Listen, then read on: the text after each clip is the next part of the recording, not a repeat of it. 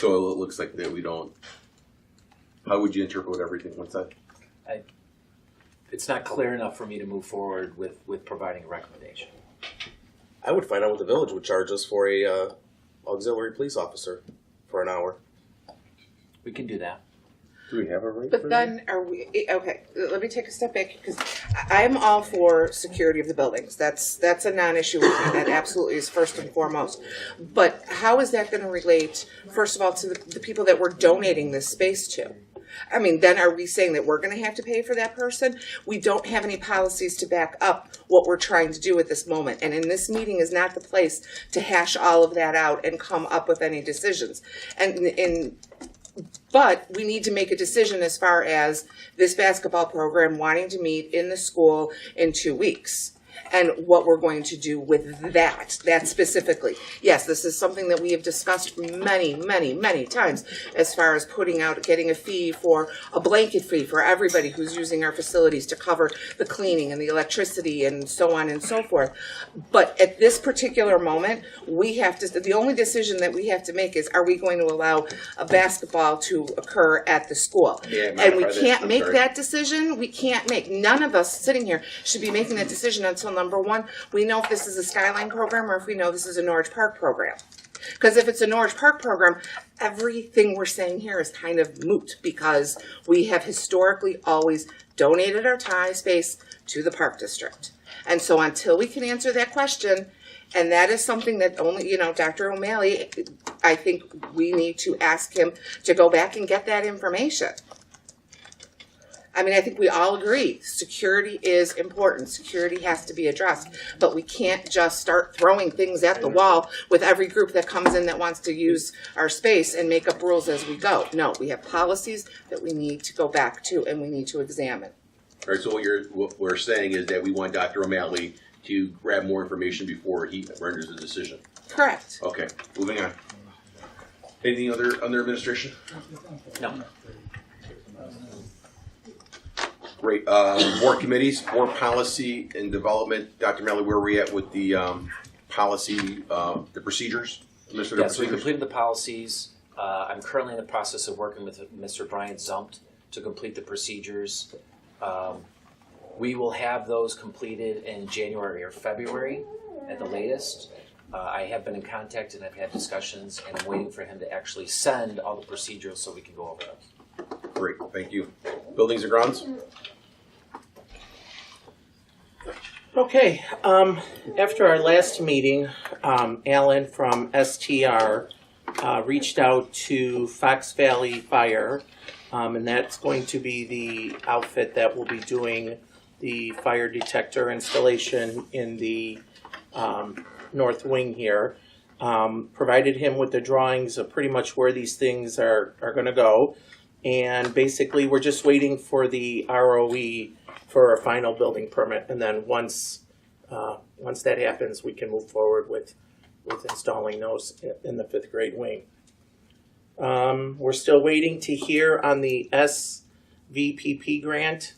And once we hear, hopefully something soon, we'll know how to progress and move forward with that grant. We also did receive the grant from the Norwood Township. Everybody worked on that, which we appreciate the help that we got in rendering the money for that part there. And that's going to start with the doors and the locks over at Lee and then Giles. There's a couple more parts from what Patter was saying that they're waiting for. Everybody is making the move to do this. So parts are scarce. The window's 5-6 weeks out, the one window that we were looking for. So, I mean, things are in the roll. And again, thanks to Norwood Township and to the folks that helped us secure that grant from them. So. Any questions for buildings and grounds? Yes, I would like to discuss the water fountain situation and how that is going to progress and how we are going to remediate the issues, who's going to do that, all of that kind of good stuff. And then why we're only hearing now that the reason, I think you said the reason that the water fountains here weren't moved was because there's a risk of asbestos. And that was not mentioned at the previous meeting, nor was that in the quote from the plumber that you had contacted about fixing the. So, this is the first time that I've heard the word asbestos brought up today, so that's where, that's the first time. So what I would direct Dr. O'Malley to do is we have a asbestos abatement company, Aries. And if you could contact Aries to see, what needs to be done to mitigate the water fountain issues out there. I also, did we reach out to the PTA or to have the water fountains addressed, or? Well, I did reach out that evening and didn't really get a response, so I don't know, we could reach out again. Why are we Or reaching? see. I'm sorry. Why are we reaching out to the PTA? Not that, well, if the PTA wants to be involved with also them being put in, and also Okay. the individual who put them in. Okay. Which thought it was we the all board who heard contacted. who I'm it was sorry. and everything. I mean, at that point in time, like I said last meeting, nothing was written down. They put them in. So Yeah, no, I'm I just went to confused. speak to him. He wasn't. He wasn't. So, the PTA PTA paid for the water. paid for them and bought purchased them before we got it. Oh, got it. Before we got And the PTA the was in plumber, contact actually. with the plumbers who volunteered their time, or was that the board? No, we found the plumber after the time. Okay. After that time is when a plumber was found, correct? On that there. So we could reach out again, and from what sounds of it, doesn't sound like he's. So I'll just ask a direct question. willing to Lou, are you offer. able to meet with Mike and Pasquale maybe after the meeting or sometime later on this week to organize how to rectify the issues that we have with our water funds? Sure. Thank you. All right. Anything else for buildings and grounds? So I think there's one thing that we just need to clear up, because he asked the question, and there's a timeline that Lou provided, which thank you for providing that. What happened is, before school, or shortly after school was in session, a representative from the ROE walked through the building. And upon them doing that, they made several comments regarding a few of the water fountains. That's why that kind of surfaced, and why it surfaced, were you saying no one said anything to you prior? I didn't know the fountains were out of That's not compliant. When I heard about it, I reached out to you. You said, yeah, I'll get back in there and correct them. true. It was in July that I talked to you. Right. Okay, so that When was did before the, school even started. I can show you the message if you want.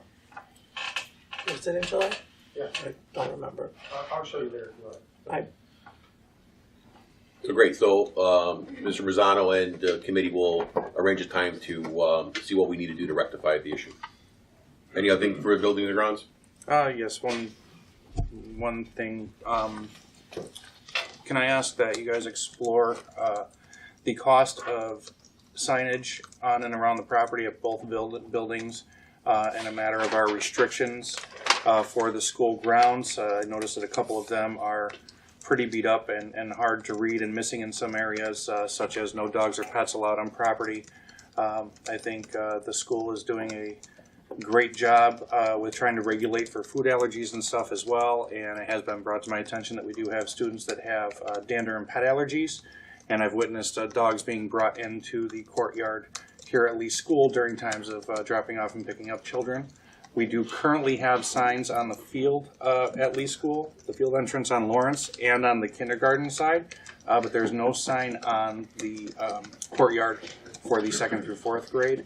And the other ones look pretty beat as well. So if you can just check in and see if that's something that we can update. And Great, thank you. Any other questions for the buildings and grounds committee? Thank you. Moving right to communications. Go ahead. No, go ahead. You took notes. Tonight's meeting, we met with the communications committee, and we went over information that we're going to be putting together that we're going to disseminate to the community regarding the $9.9 million reserve and where it went. And we had a team of 2 committee members that went through the budgets and put a nice little presentation together for us tonight.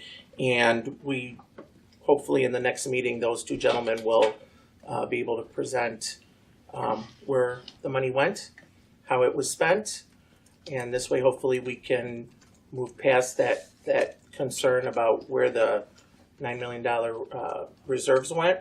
And I think then we talked about the risk assessment firm that we hired after our last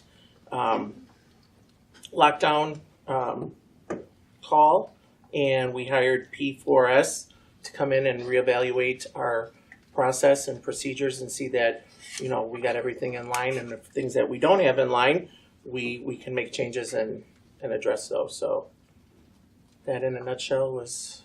Oh, and that there will be a presentation at the end of the P4S, and then there will be a community meeting, and the communications team has decided to really kind of spearhead getting it out there so that all the parents are aware of it, all the community members are aware of it, so that we can have as many people come in to see what we've done, see where we are, see the changes that are that have been made, and that we have really taken this seriously, and we've taken the community's concerns and done the best that we can to answer those questions. So at our next board meeting, they will be presented. Yes. Great. Any other questions for communications? Thank you. Finance? Finance, we have a meeting coming up in November. This will be our first meeting with the newly appointed community members to the group. I would like to ask Dr. O'Malley, if possible, if we can see if Dr. Schilling is available for that, or beforehand. I think it would be a great idea if he is available to come and maybe answer some questions from the finance committee members to kind of dive into where we're at, what it's taken in the process, and what we're looking at for the future. And that's it for finance. And it also suggests you're one individual short, that we put out there a call for another representative to be on the finance committee. Yes. But it could be a And work just in for- progress, for- right? We don't have to wait until we appoint someone. We have the Exactly. other ones. Yeah, well, and just clarification with everybody that the new people that were brought in the finance, this is not a replacement. The original 3 community members are still part of the finance. We wanted to expand that and get more out to the community and have them be able to come in and see. So this was no replacement. So there was originally 3 when I became a board member. We have added 2. We're at 5. So we will investigate bringing a 6th on to even that out and have it in. So this was an expansion. The finance committee felt that it was imperative that more of the finance information that is on the website, but it's easier going word of mouth and getting out to neighbors and residents to find out the true facts on what's going on, and that's why we wanted to expand the committee. Yep. Perhaps we could extend to Molly Deck. She wanted to be on that committee before, but she couldn't at the time, but maybe we could extend an invitation for her to join that committee because she does have an accounting background. Yes, actually, the last I spoke with Molly, an invitation was sent at any time that she felt was possible to be part of it, to please contact us back, that we considered that her knowledge and background would be an asset to the committee. So that invitation remains open. So Molly, the invitation, the ball's in your court. So if you're able to do that, please contact Tim Lipson. Okay, Thank you.